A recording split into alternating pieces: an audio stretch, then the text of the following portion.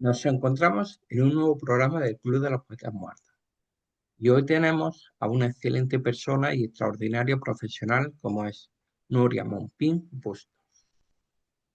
Para mí es un lujo que me acompañes en el Club de los Poetas Muertos. Igualmente para mí, Antonio, muchas gracias por la invitación. Antes de empezar, Nuria, déjame que comparta con los oyentes una pincelada de tu trayectoria. Nuria Monpín Bustos es psicóloga con amplia trayectoria en el ámbito sanitario y social, especializada en el acompañamiento emocional a través de la arteterapia y la psicooncología, con foco en pacientes adultos y pediátricos en procesos oncológicos, cuidados paliativos y duelo.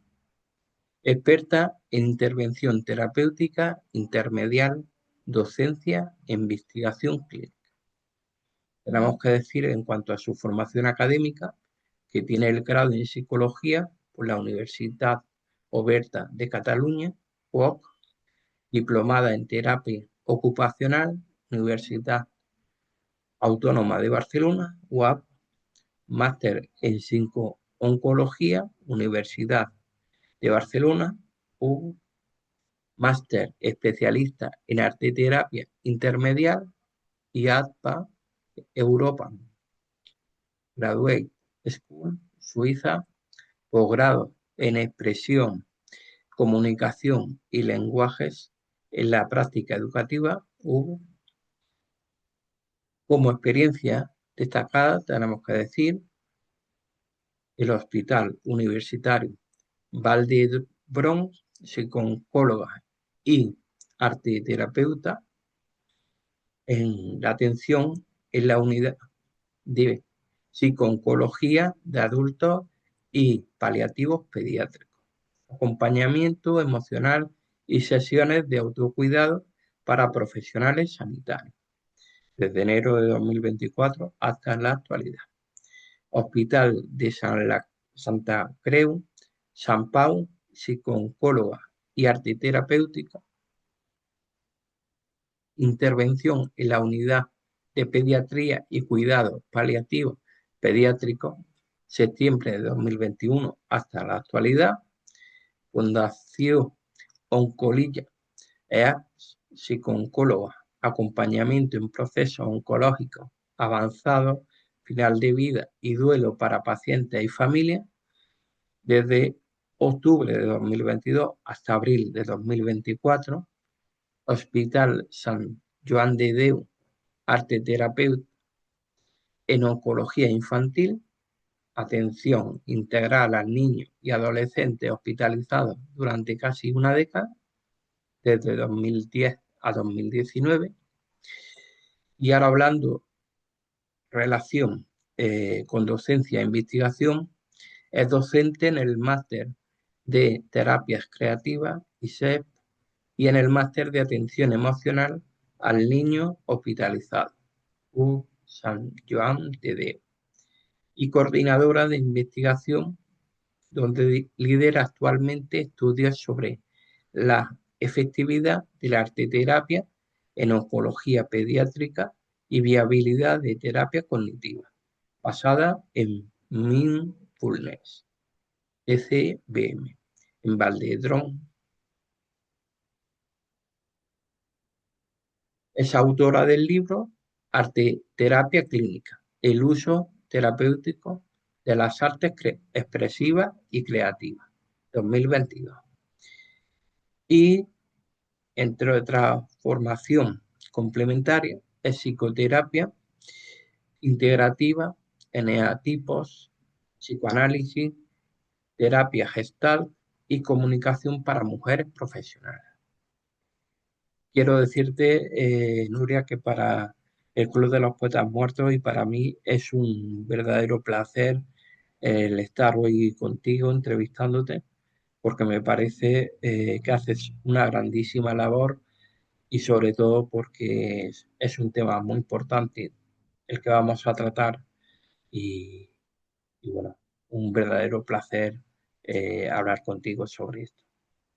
Placer para mí también estar aquí y poderlo compartir contigo y con los oyentes.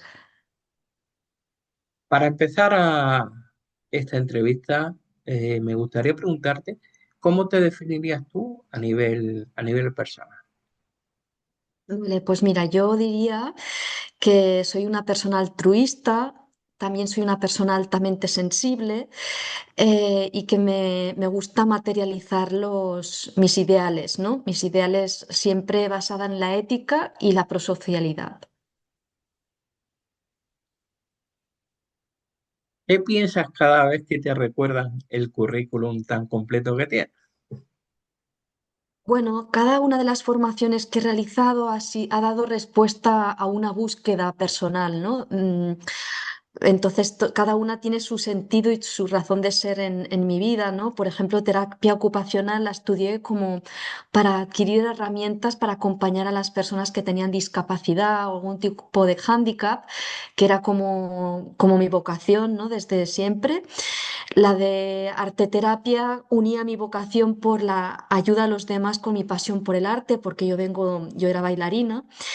Y después la psicología, porque ya una vez en mi práctica profesional descubrí, haciendo arteterapia, que era importante tener conocimientos de la psique humana y bueno, y estudié psicología. Y psico-oncología un poco fue porque después de estar como unos 15 años en el mundo de la oncología, pues quería saber más y tener más rigor académico para poder dar una mejor calidad asistencial a mis pacientes.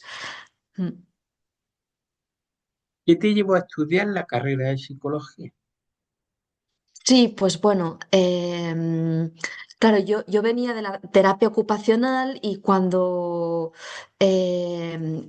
estudié arte terapia, bueno, me fui un tiempo después a México, Puebla, a conocer a la familia de mi expareja y allí visitamos el Hospital del Niño Poblano vi un montón nos hicieron una visita, vi muchos niños con cáncer. Y resulta que recordé mi promesa, porque de pequeña se murió, bueno, acompañé a lo largo del proceso oncológico a una de mis mejores amigas hasta que murió y allí me prometí a mí misma, ¿no? Que de mayor pues quería acompañar a niños como mi amiga. Y cuando fui a México recordé mi promesa, ¿no? Y volví a Barcelona, redacté un proyecto de arte terapia, me lo aceptó uno de los hospitales de Barcelona y cuando lo empecé a implementar sí que me di cuenta de que hacía falta que yo tuviera conocimientos más rigurosos sobre la psicología, un poco para complementar mi formación y dar una mejor calidad asistencial a los pacientes que atendía. ¿Cómo recuerdas tu inicio en el ejercicio de la profesión? Bueno, pues mira, me acuerdo que mi primer trabajo, mis padres siempre que llegaba a casa me decían que nunca me habían visto tan feliz. Trabajaba en un centro ocupacional, SINIA, aquí en Barcelona, y de personas adultas con parálisis cerebral.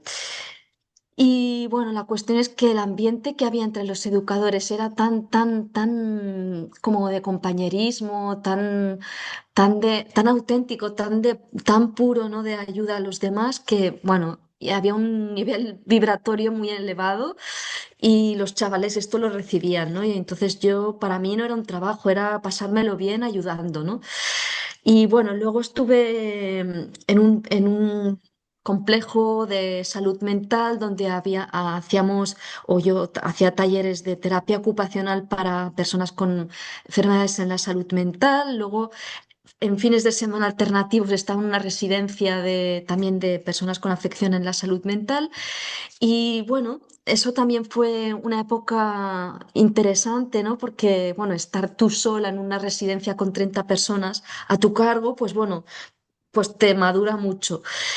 Y después estuve en una guardería como educadora infantil, que eso también me conectó con la parte más luminosa de la vida, ¿no? Del cantar a los niños, de proponerles jugar.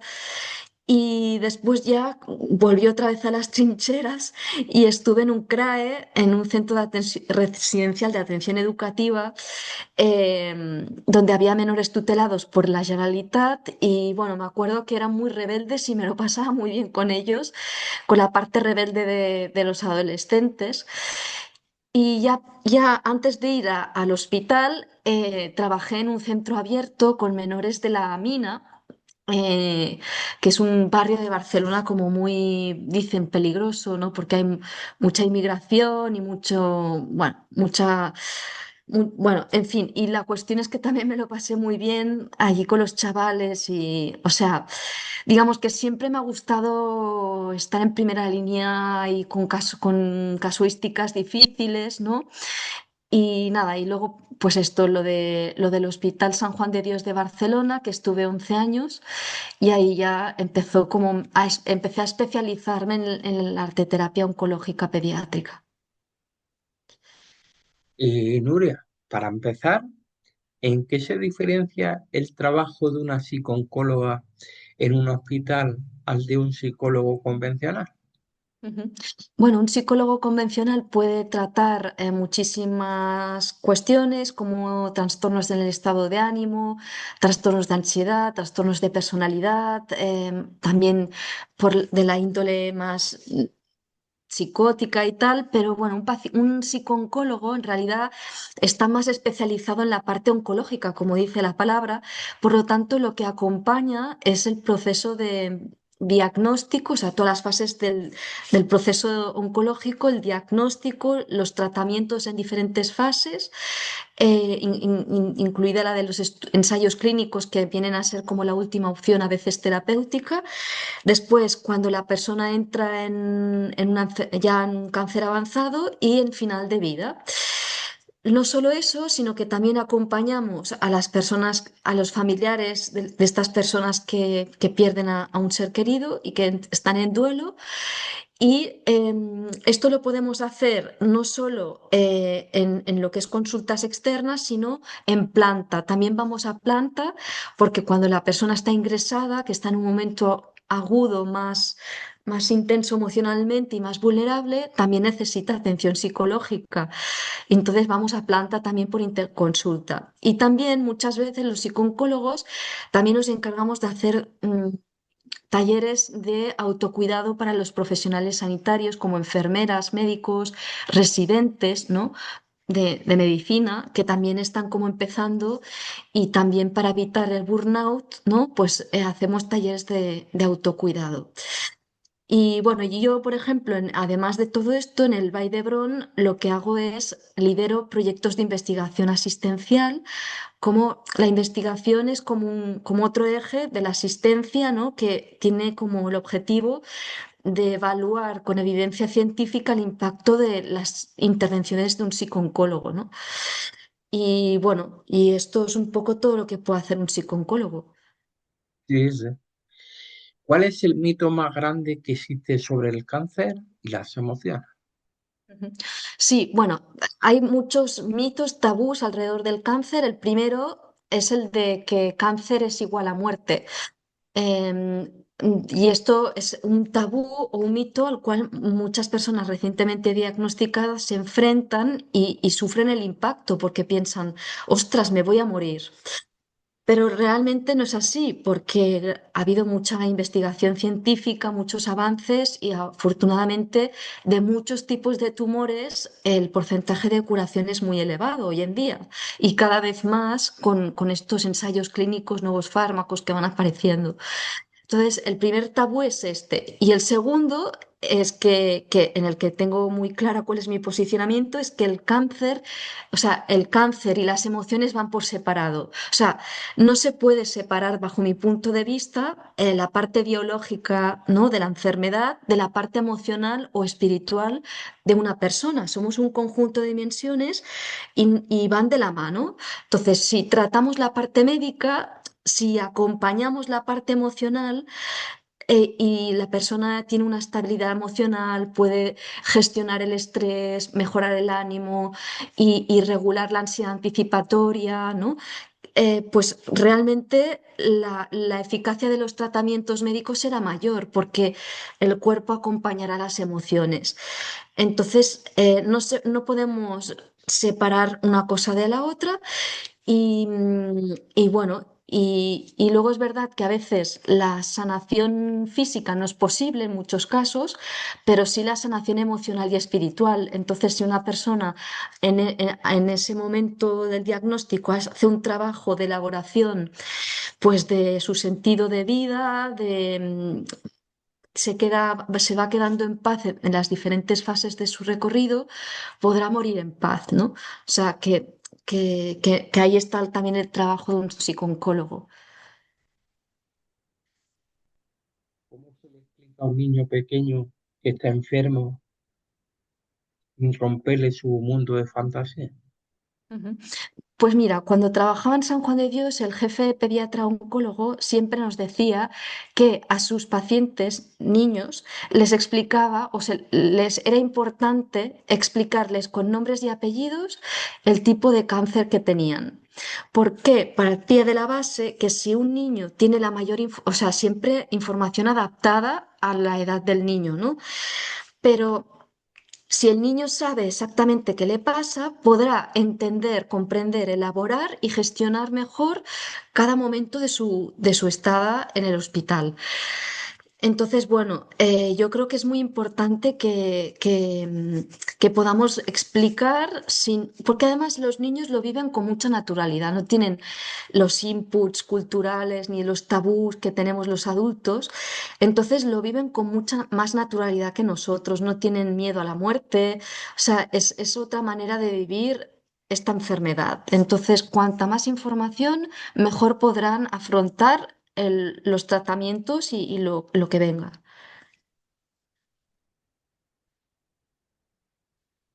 ¿Es posible mantener la esperanza cuando el pronóstico médico es difícil? Sí, por supuesto. De hecho, ya lo dice el refrán, ¿no? Que la esperanza es lo último que se pierde.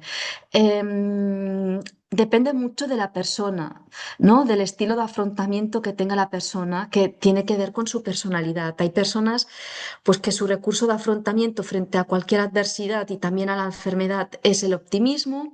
Hay otras que es la lucha, el espíritu de lucha, ¿no? Que están como ahí, que aunque tengan un pronóstico muy malo, no acaban de aceptar que la situación y están luchando, pidiendo cuatro opiniones, bueno, no se resignan, ¿no? A la noticia y eso me parece que se ha de respetar y es muy valioso. O sea, cualquier mecanismo de defensa se ha de respetar, ¿no? Hay recursos de afrontamiento más de negación, ¿no? No me pasa nada, no quiero ni hablar con los médicos ni que me digan nada porque entonces me hundo.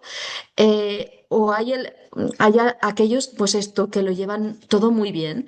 Entonces, esto depende de la personalidad de la persona y no se ha de cambiar, porque es como su defensa psíquica, entonces se ha de respetar cuál sea el mecanismo de defensa. Hay gente que, pues esto, tiene un recurso de afrontamiento de desesperanza.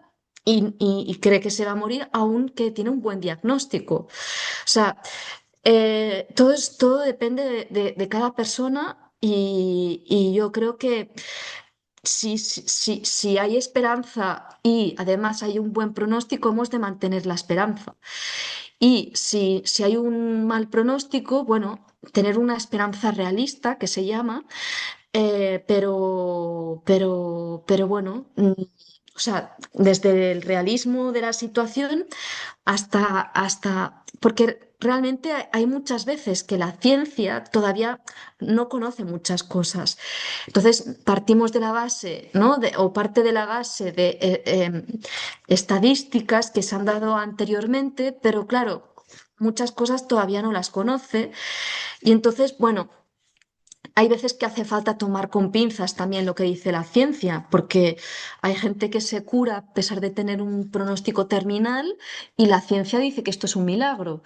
Entonces, bueno, entonces sí con ciertas pinzas y sobre todo, le decía el otro día a una paciente, cuenta mucho la actitud de la persona frente al proceso. Si tiene una actitud bueno, positiva, proactiva. Entonces, esto, el cuerpo acompaña, ¿no? Entonces, por eso es tan importante que la persona vengan a sesiones de psicooncología para poder abordar sus miedos,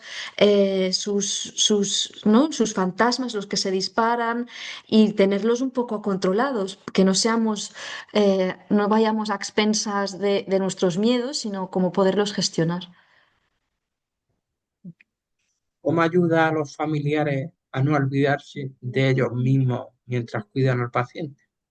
Sí, bueno, yo siempre digo que el cuidador necesita tener espacios de cuidado, ir a terapia puede ser uno, o tener espacios de autocuidado, ¿no? Hobbies, no sé, a cada uno pues ir a clases de bachata o música, escuchar, ir a conciertos, cultivar hobbies que le permitan estar conectado con la vida, con la alegría, que les nutran y que y después les ayude a sostener pues bueno, los momentos no tan cómodos. O sea, para poder sostener una situación adversa hemos de tener en equilibrio, pues como dos polos, ¿no?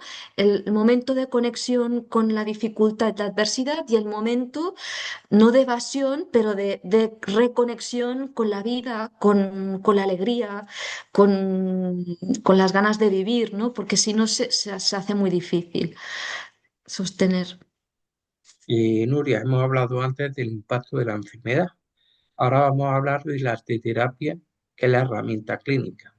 Si alguien no sabe dibujar, ¿puede hacer arteterapia? ¿Hace falta talento artístico? Exacto, para hacer arte terapia no hace falta tener talento artístico ni conocer herramientas ni técnicas de arte, simplemente tener curiosidad en experimentar con materiales y ganas de hacer un proceso de introspección. Entonces, siempre se les dice a todo el mundo que no es, o sea, el objetivo no es hacer un producto artístico final bonito o estético o que esté perfecto, sino que tenga, que sea, o sea, que parta de una conexión emocional con su momento actual, y que la persona disfrute, que fluya haciéndolo. Puede ser un trazo, un color, una forma, puede ser abstracto, no hace falta que sea figurativo. Podemos utilizar collage o muchos materiales que, no, que son facilitadores. Y esto, ¿no? Porque luego, en el final de la sesión de arteterapia, la arteterapeuta propone una serie de preguntas a la persona para que dialogue con su obra, y es la obra que le va devolviendo las respuestas de las emociones que ha ido plasmando ahí. O sea, lo importante es lo que la persona descubre de sí misma en la sesión de arteterapia, más que esté satisfecha con algo bonito. ¿Es diferente usar barro, pintura o collage según lo que necesite expresar el paciente? Sí, sí, totalmente. Es decir, cada material tiene sus propiedades, sus particularidades. Por ejemplo, como te decía, el collage, que donde se recortan fotos de revistas, por ejemplo, o trazos las imágenes ya vienen predeterminadas, entonces puede servir como para un material facilitador para que aquellas personas que todavía tienen miedo a enfrentarse a la página en blanco, pues puedan enganchar fotos o hacer como entonces, luego en el barro hacemos cosas de tres dimensiones, ¿no? O sea, en 3D, y esto permite o hacer volumen, ¿no? O cosas que la persona pues necesite hacer como más en grande. Pero, y claro, no es lo mismo en pintura que puede expresar un color rojo que un color negro. Entonces, claro, y además que para cada persona el significado de cada color es diferente. O sea, para alguien el color rojo será un color revitalizante y para el otro será un color estresante. Entonces, claro, por eso es que siempre las respuestas las tiene la persona, porque nadie mejor que una misma para saber qué ha querido expresar con este color o con este trazo o con qué le asocia dentro de su cultura o imaginario, ¿no?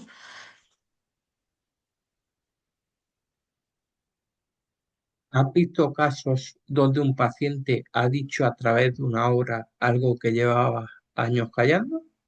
Sí, sí, sí. ¿Qué pasa? Que con la arteterapia estamos trabajando con el mundo sutil, con el mundo intuición, con el hemisferio creativo, intuitivo, y este hemisferio accede con mayor rapidez que el otro bueno, a la intuición y al inconsciente, ¿no? Entonces, ¿qué pasa? Que cuando conectamos con el mundo del inconsciente, sin darnos cuenta, están emergiendo material del inconsciente que se hace consciente cuando el paciente dialoga con su obra y se hace consciente. Entonces, claro, y además es como en la arteterapia respeta las defensas de la persona, porque no estamos utilizando palabras que a veces con la palabra nos protegemos, ¿no? Ponemos filtro al inconsciente y entonces, como no es una amenaza hablar, porque no estamos hablando de yo, sino que estamos hablando sin darnos cuenta de nosotros a través de un elemento intermedial que es la obra, pues va saliendo mucho más fácilmente mensajes del inconsciente. Entonces, recuerdo una vez que había una persona, una mujer, que explicaba, o sea, que a través de esta obra se dio cuenta que, bueno, que había tenido un padre abusador, ¿no? Que había abusado de las hermanas de ella, ¿no? Y cómo lo había callado porque por respeto al padre, ¿no? Y a los secretos al secreto de la familia, por lealtad a la familia. Entonces, claro, el papá ya había muerto y ella tenía un cáncer en la laringe, justamente, en el punto donde no puede, hay ahí un silencio que no puede hablar, ¿no? Y entonces pues salió esto. Y entonces a partir de tenía afonía, ella trabajaba de maestra, tenía una afonía con este cáncer y tal. Y entonces fue en esa sesión se desbloqueó porque dijo un secreto familiar, ¿no? Y entonces empezó a poder hablar sin disfonía. Bueno, tú lo sabes mejor como logopeda. Bueno, sí, sí, se desbloqueó ahí algo, un silencio que no pudo decir. Y luego también hay muchos pacientes que esto es muy interesante, que pintan el resultado de su enfermedad, o sea, la solución a su enfermedad médica. Una chica que estaba como con una enfermedad en el riñón, con diálisis, que estaba mucho tiempo ingresada, de repente eh, pinta algo en realidad no era lo que quería pintar, pero pinta algo con forma de riñón y había una arteria que no irrigaba bien el riñón. Pero esto era, claro, esto las arteterapeutas hemos de hacer como un análisis fenomenológico de la obra y podemos ver, ¿no? Elementos que se repiten, colores, formas, y ahí podemos ver muchas cosas también. Y justamente, dicho y hecho, encontraron que había una vena que no irrigaba bien el riñón y fue la solución. Se lo arreglaron y pudo, pues no la tuvieron que trasplantar. Bueno, y luego otra chica, por ejemplo, pintan como lo que va a pasar, el futuro. Una chica pintó un escenario con mucha sangre. Bueno, pues se desangró. Afortunadamente no pasó nada, o sea, los médicos lo contuvieron, pero sí, sí, justo un día antes de que pasara eso, pintó todo lleno de sangre. O sea, es que de alguna manera cada una sabe, dentro tenemos un sanador interior que nos va guiando y a través de las obras va saliendo, ¿no? ¿Cómo ayuda el arte a reducir el estrés físico o el dolor de los tratamientos? Ujú. Mira, en San Juan de Dios observaba que muchos niños que estaban a las 12 de la mañana con la luz apagada, persianas abajo, porque tenían muchas náuseas, dolor, incluso, bueno, depresión, ¿no? Y dormir era una manera como de olvidarse que estaban allí. Pues cuando yo llamaba a la puerta, le decían a la mamá, abre la ventana que quiero hacer arteterapia, ¿no? ¿Y eso por qué? Pues porque la arteterapia, por un momento, la habitación se convierte en un taller de arte, la persona pues se conecta consigo misma con algo que le gusta, que es, o que en el caso de los niños les recuerda al colegio, que desde luego durante la enfermedad no pueden ir al colegio, les permite escoger con qué materiales quieren trabajar, qué quieren hacer, o sea, empiezan a tomar decisiones en el hospital muy pocas decisiones puedes tomar. Tienes que tomarte este fármaco, tienes que aguantarte que la enfermera te cure la herida, tienes que pasar por este procedimiento, pero a través de la arteterapia ellos se convierten en sujetos activos que tienen poder de decisión y por lo tanto esto les da una sensación de control de la situación, ¿no? Les empodera. Y bueno, yo me acuerdo que muchos niños solo se dejaban cuidar o curar por las enfermeras haciendo arteterapia, ¿no? Entonces, claro, muchos niños estaban conectados a válvulas, ¿no? De drenaje del líquido cefalorraquídeo tras una intervención cerebral y había como un artilugio que podía medir la presión intracraneal, ¿no? Pues bueno, la presión intracraneal cuando empezábamos la sesión estaba altísima y cuando acabamos la sesión había bajado muchísimo. ¿Por qué? Porque el niño se había relajado, había fluido, o sea, cuando estamos conectados con algo que nos gusta, realmente desaparece la percepción del dolor, ¿no? Desaparece la dimensión espacio-tiempo, ¿no? Los momentos de flujo que le llaman. Entonces, bueno, entonces, claro, si nos relajamos, realmente el estrés y el dolor se percibe de otra manera. Mm. Y Nuria, ¿el arte sirve para escapar del hospital o para entender mejor lo que pasa dentro? Exactamente, mucho mejor. O sea, yo creo que es más bien ir hacia adentro. El arte terapia permite mirar hacia adentro, descubrir mi esencia, pues quién soy, qué me pasa, qué siento con lo que me está pasando, y darle una salida, ¿no? Una salida creativa para que se pueda transformar, se pueda mirar desde otro lugar, ¿no? Y adquirir pues una mirada resiliente.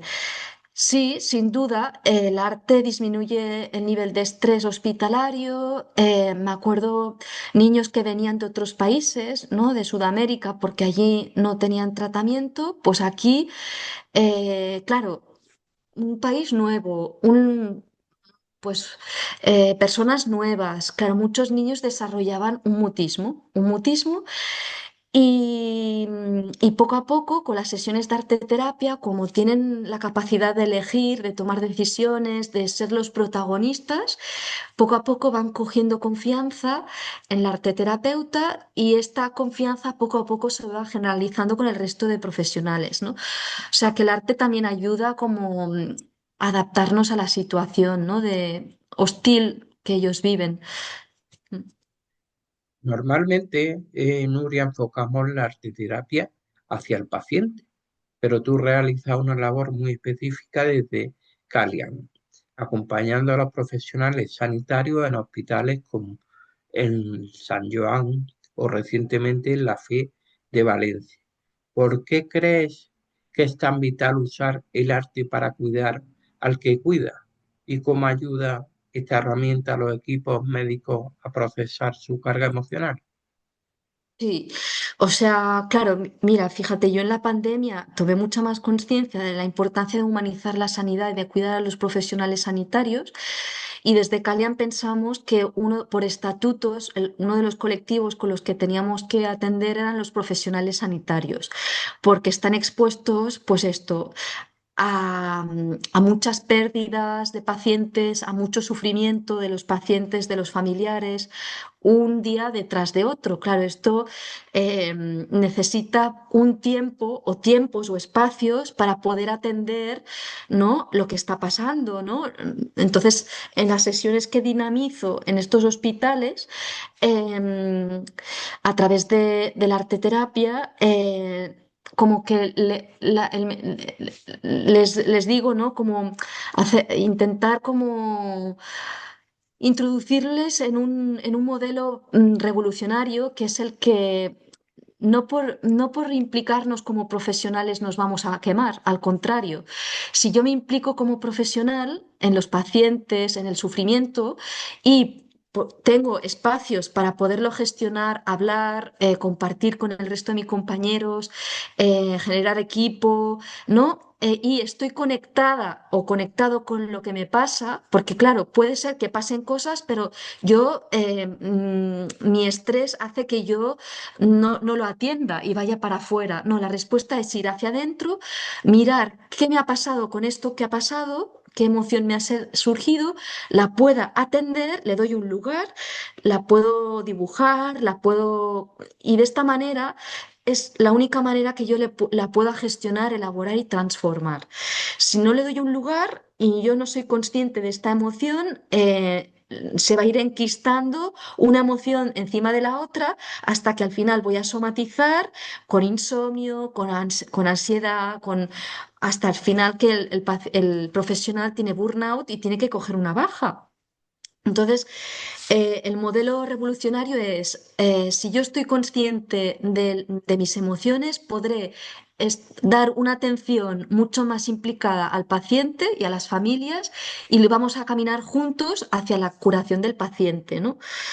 Y esto el paciente lo va a vivir con un médico más cercano, un médico implicado y claro, esto, la calidad asistencial es mucho mejor, ¿no? Si el profesional está más implicado. Claro. Ahora vamos a hablar del caso de los adultos y de los niños. En adultos, el cáncer se vive a veces con mucha culpa.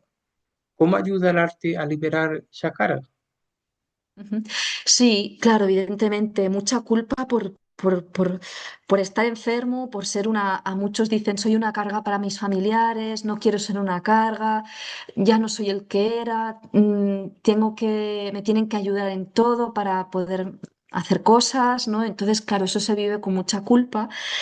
Y bueno, la cuestión es que, ¿qué pasa? Que la arteterapia va en la dirección de conectar con nuestra esencia, con nuestra autoestima, con nuestros dones, nuestros talentos, porque más allá de estar enfermos, somos personas y tenemos áreas luminosas. Y estas áreas luminosas son las que en el arteterapia también queremos promover, ¿no? Para que la persona tome conciencia de los recursos personales que tiene durante la adversidad, de la luz y de lo mucho que vale también solo por el hecho inherente de ser un ser humano, ¿no? Entonces, claro, esta culpa se puede transformar en conciencia de mi presencia, ¿no? De una presencia que más allá de estar enferma tiene muchísimas otras dimensiones, ¿no? En pediatría, el arte es una forma de que el niño recupere su derecho a jugar a pesar de estar hospitalizado. Sí, mira, creo que, espera, que te lo digo exactamente, que lo busqué hace poco. La Carta Europea de los Derechos de los Niños Hospitalizados fue una carta que se firmó, aprobada en el Parlamento Europeo en el 1986, que garantiza atención especializada y digna a menores en centros sanitarios y establece que el niño debe ser considerado una persona activa con derecho a estar acompañada, a jugar, recibir educación y obtener información adaptada, evitando su aislamiento. Entonces, el hecho de que el niño pueda jugar, experimentar con materiales de arte, no solo le devuelve así al niño la condición de ser niño, sino que además el hecho de jugar revitaliza el cuerpo que puede estar desvitalizado por los efectos de los tratamientos médicos. Entonces, el niño puede recuperar la espontaneidad, las ganas, ¿no? Las ganas de jugar, su motivación, su alegría no solo con jugar, sino con experimentar con el arte. El arte, pues bueno, el tocar barro, ensuciarse, sentir los colores, olores, música, todo esto revitaliza al niño y le devuelve, pues esto, la vitalidad, ¿no? ¿Cómo se maneja, Nuria, la rebeldía de un adolescente enfermo a través de la creación? Ujú. Sí, mira, con los adolescentes que están en una época muy complicada, justo además que enfermos, ¿no?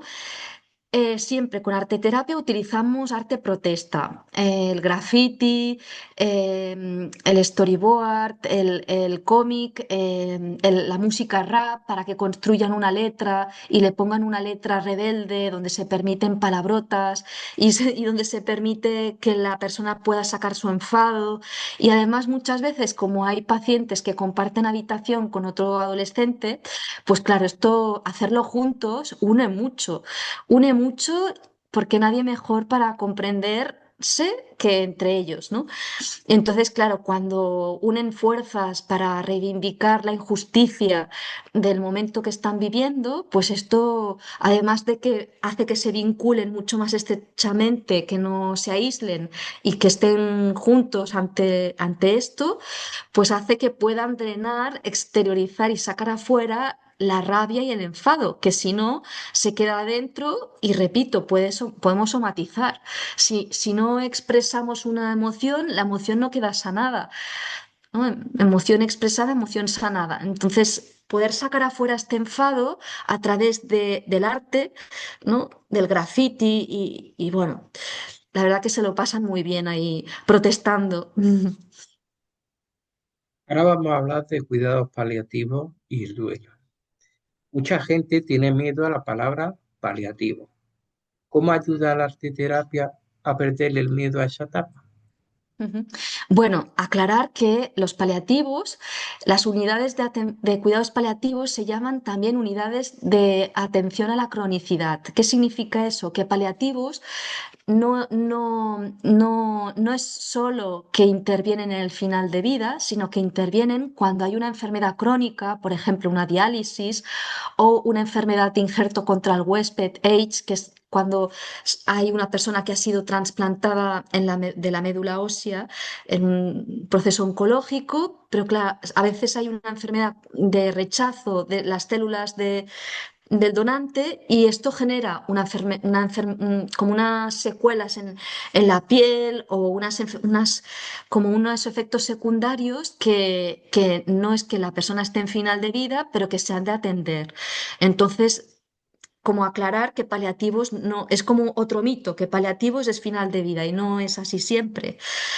Entonces, bueno, dicho esto, claro, cuando trabajamos en las unidades de paliativos pediátricos,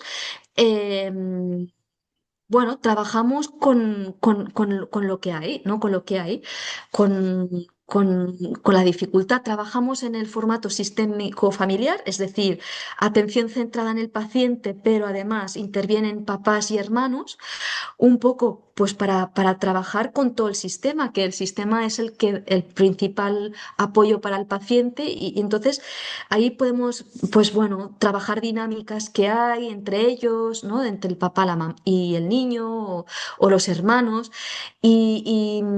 entonces pues, ¿qué pasa? Que el paciente se siente como acompañado, arropado por su familia, ¿no? Y esto puede ser una gran cosa también para el paciente que se encuentra en una situación crónica avanzada o en final de vida. Y bueno, también las obras que se pueden dar muchas veces se dan para que el paciente se pueda despedir de sus familiares. Entonces, esto es un regalo también, ¿no? Que el paciente se pueda despedir de su familia con amor, haciendo regalos. Y esto luego son obras legado, ¿no? Que quedan para la eternidad, ¿no? Y facilitan el duelo, la elaboración del duelo de los familiares cuando la persona se ha marchado. Pero bueno, ¿cómo ayuda? Pues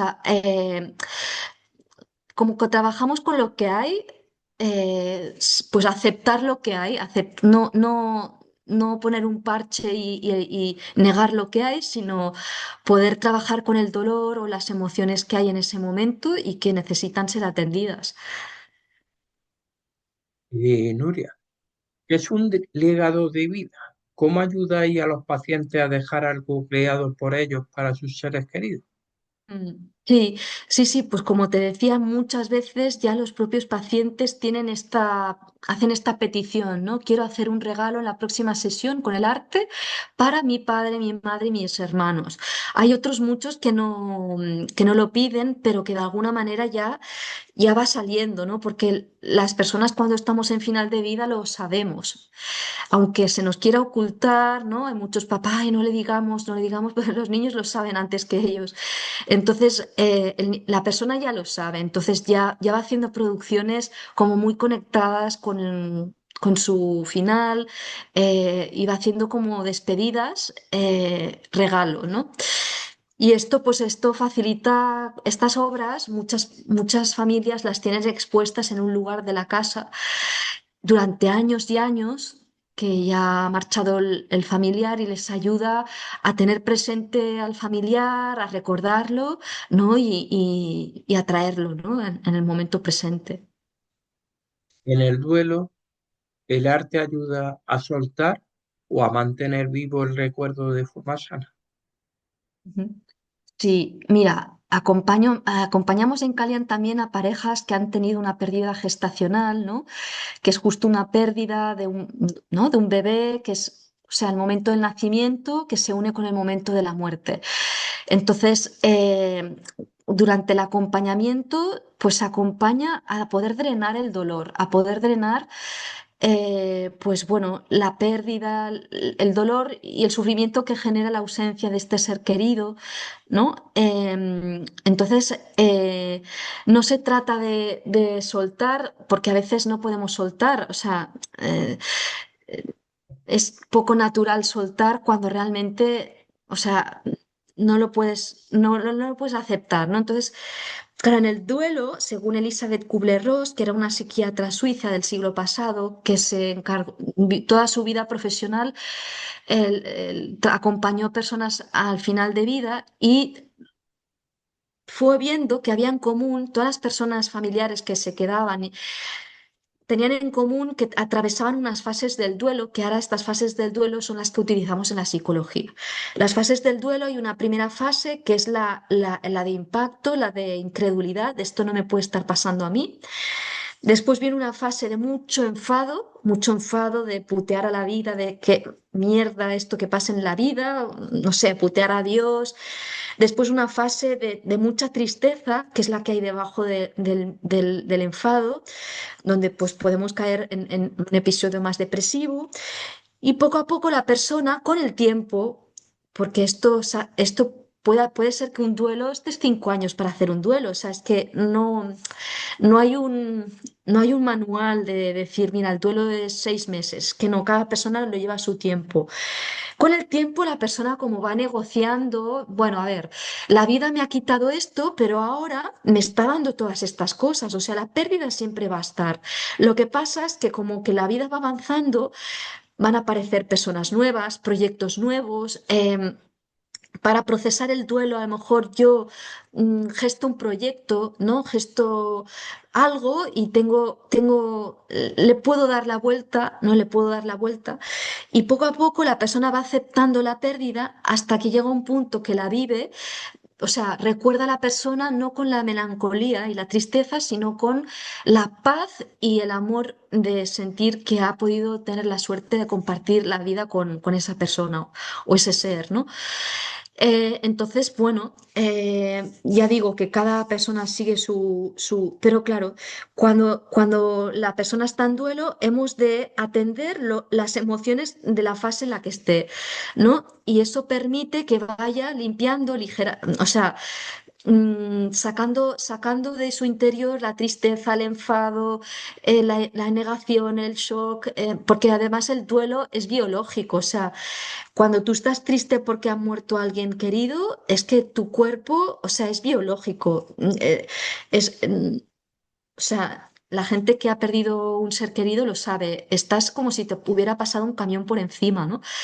Entonces, claro, acompañar el dolor físico también es importante, ¿no? A través del arte.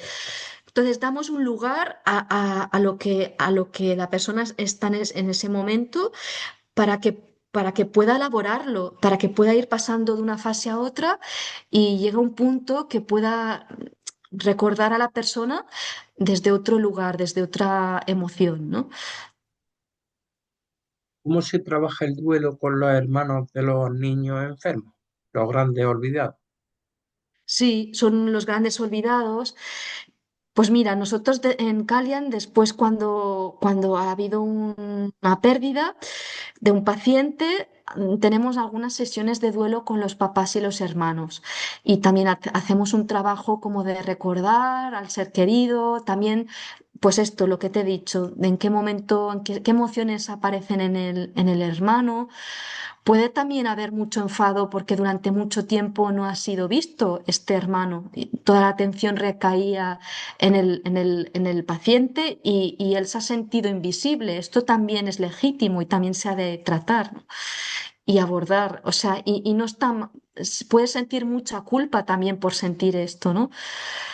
Entonces, bueno, pues dar lugar a todo lo que aparece, dar lugar y validarlo, legitimizarlo.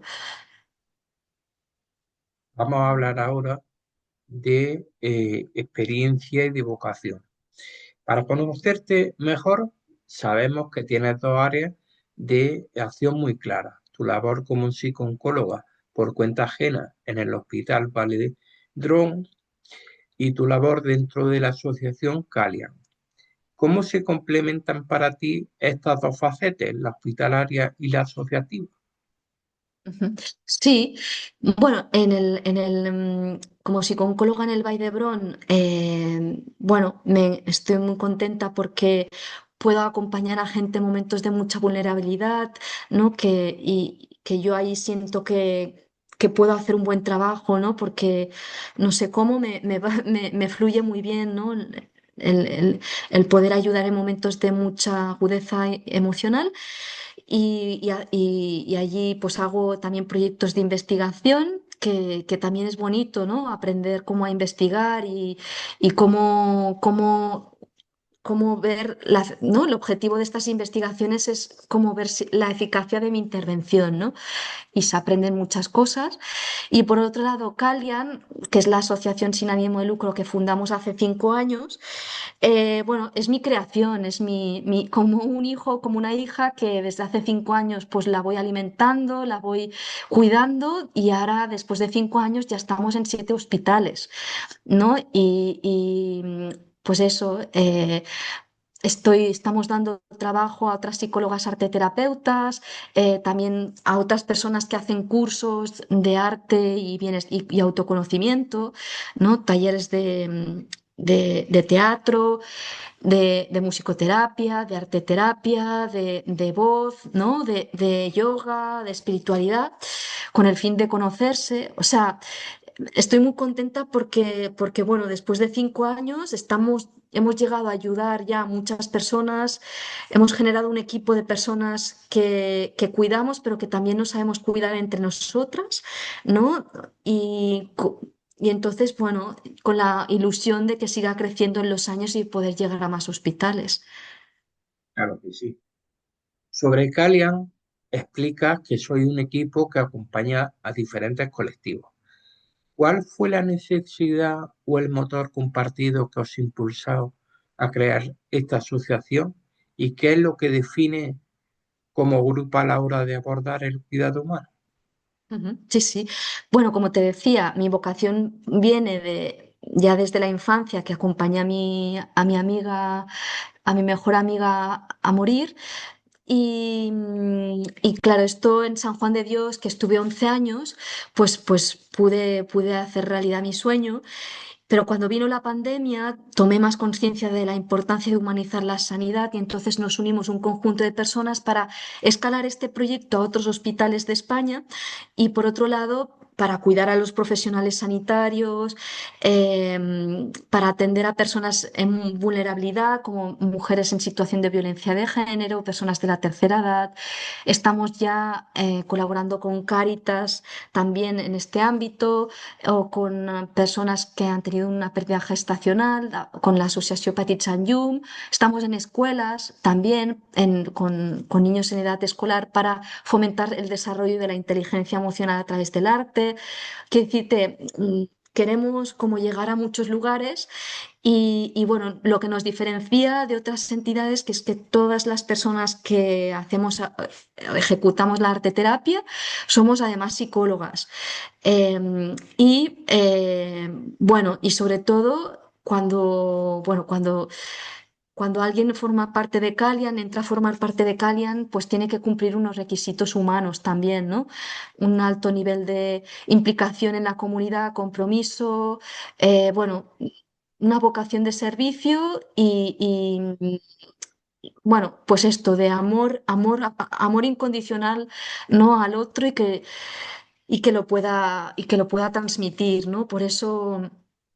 Eso, el equipo de personas, pues yo también mi misión es cuidarlas, ¿no? Frenar los obstáculos que puedan haber para que puedan desempeñar su trabajo sin obstáculos y siendo un canal de amor, ¿no? Hacia los pacientes. Claro. Has estado en Valdebrón y San Pablo. ¿Qué es lo más valiente que has visto hacer a un paciente? Ujú. Mira, yo creo que lo más valiente que puede hacer una persona es como morir, ¿no? La muerte, entregarse a la muerte, eso que justo es el segundo momento más importante de la vida, aparte del nacimiento, ¿no? Que es morir. Y justo alrededor de la muerte se producen momentos de mucha profundidad, de mucha magia y de mucha espiritualidad, ¿no? Para mí eso es un acto de valentía, morir, porque nos enfrentamos a una dimensión desconocida, pero que en realidad, bueno, yo que voy leyendo, ¿no? De esta misma Elizabeth Kubler-Ross, que mucha gente que tenía experiencias a la muerte, ¿no? Y que volvía a la vida, decían que había en común, ¿no? Que eran se veía el túnel con al final la luz, que veías todos tus ancestros que te venían a buscar y que es un momento de muchísimo amor donde recuerdas toda tu vida y mucha gente, es tan el amor que sientes que no quieres volver a la vida. Todos lo decían, ¿no? Entonces, por lo visto, parece que es un momento que no hay sufrimiento, al contrario.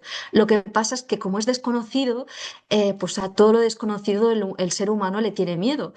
Pero cuando te entregas, ¿no? Realmente, bueno, y lo que pasa en el entorno también es muy mágico, ¿no?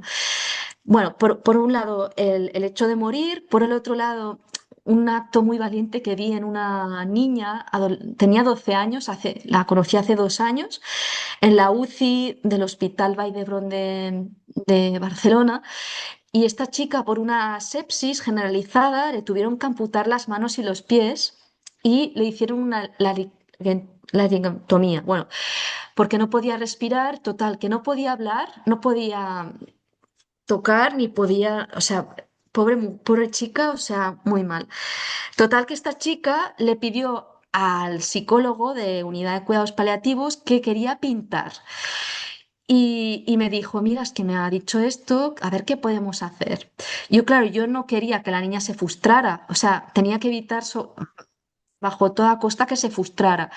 Y entonces el fisioterapeuta le diseñó una férula para que pudiera sujetar un pincel o un boli y pintar. Bueno, lo que pasa es que era muy delicado. Total, que bajo a la UCI y la niña que sí que quería pintar. Y bueno, le pusimos el pincel, él ya estuvo pintando, pero ¿qué pasó después? Que ya se dio cuenta de que ya no podía pintar como antes, con las manos. Y entonces fue bueno que saliera eso en ese preciso momento, porque ahí intervenimos, tanto su mamá como yo, y le dijimos que lo importante no es hacerlo como lo hacías antes, sino que lo puedas hacer y que tiene el doble o el triple de mérito que lo hagas de esta manera, ¿no? Y que las cosas se pueden hacer, son relativas y se pueden hacer de muchas maneras. O sea, ella se enfrentó a su dificultad, ¿no? En un momento que llevaba, no sé si 4 meses en la UCI. Entonces, claro, fue muy, muy bonito que saliera y que emergiera esa toma de conciencia y esa preocupación, ¿no? Pero bueno, y qué bien poderlo hacer en un contexto cuidado, ¿no? Y acompañada. Eso para mí fue como un acto muy valiente. Y luego también actos de mucha generosidad de los pacientes hacia sus familiares, de, no sé, me acuerdo de una ya joven, no sé, creo que era de Honduras, que vinieron aquí por tratamiento y... Y bueno, ella sin darse cuenta había permitido que su mamá tuviera papeles de residencia, luego su hermano, y bueno, gracias a ella pudieron venir aquí a vivir, ¿no? Para acompañarla, pero también para tener un futuro mejor, ¿no? O sea, hay muchos actos de generosidad de los pacientes hacia sus familiares, ¿no?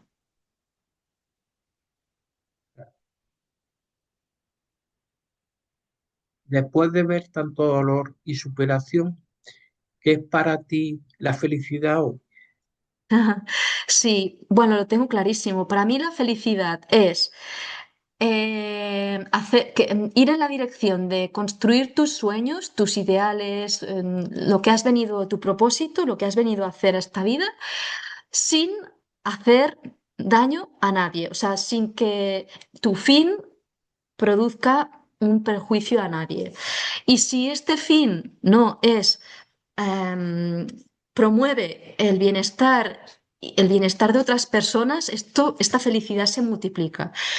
Digo, porque hay muchas personas en el mundo laboral, por ejemplo, ¿no? que persiguen un fin, pero no les importan los medios.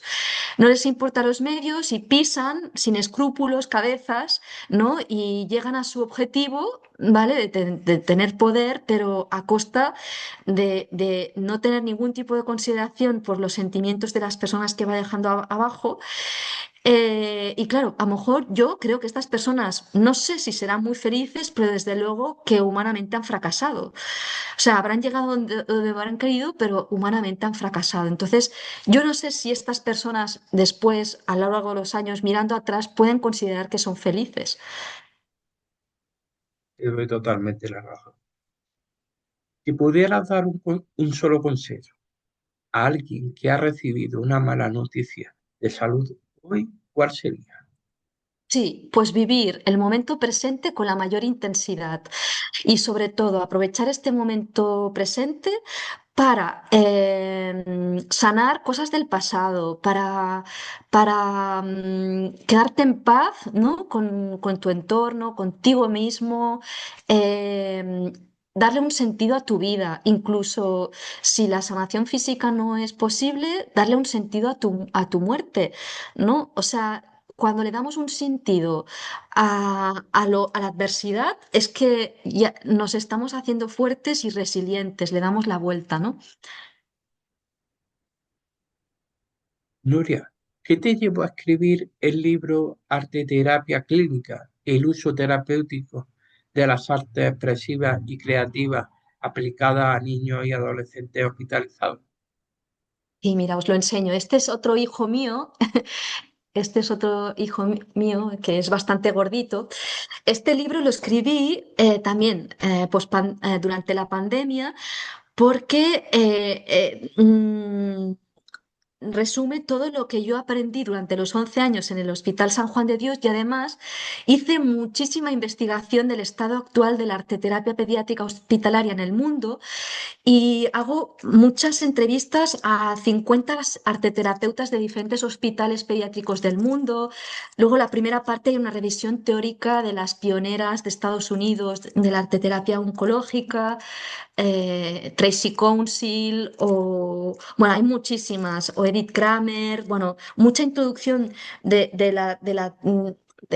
las bases teóricas de la arteterapia y después una parte final práctica donde ilustro casos y esto un poco lo hice para si podía ser de ayuda a otros profesionales, arteterapeutas, porque aquí en España, pues bueno, no hace tanto que existe la profesión y bueno, yo tuve la suerte de ser de las primeras arteterapéuticas pediatras hospitalarias y poder abrir camino a otras para que lo puedan hacer en otros puntos de España o a otros profesionales, sí, un poco para si puede ser de ayuda para otros profesionales. ¿Cuáles son los próximos objetivos que tienes a corto plazo y medio plazo? Sí, bueno, pues seguir avanzando en las investigaciones que tengo en el Vall d'Hebron, seguir ayudando cada día porque siento que es mi misión de vida, el estar ahí para la gente en momentos vulnerables y sobre todo que Calian pueda seguir creciendo y pueda seguir cada vez con los años llegando a más hospitales de España y otras instituciones. Quiero decirte, Nuria, que ha sido un verdadero placer el hecho de haberte tenido aquí en el programa, en el Club de los Poetas Muertos, y haberte entrevistado y que nos haya hablado de toda esta temática que es muy interesante y es muy importante hablar de ella. Gracias a ti de verdad, de corazón, por darme la oportunidad de compartir esto al mundo. Y nada, muchas gracias también por tu tiempo y por tu atención. Muchas gracias.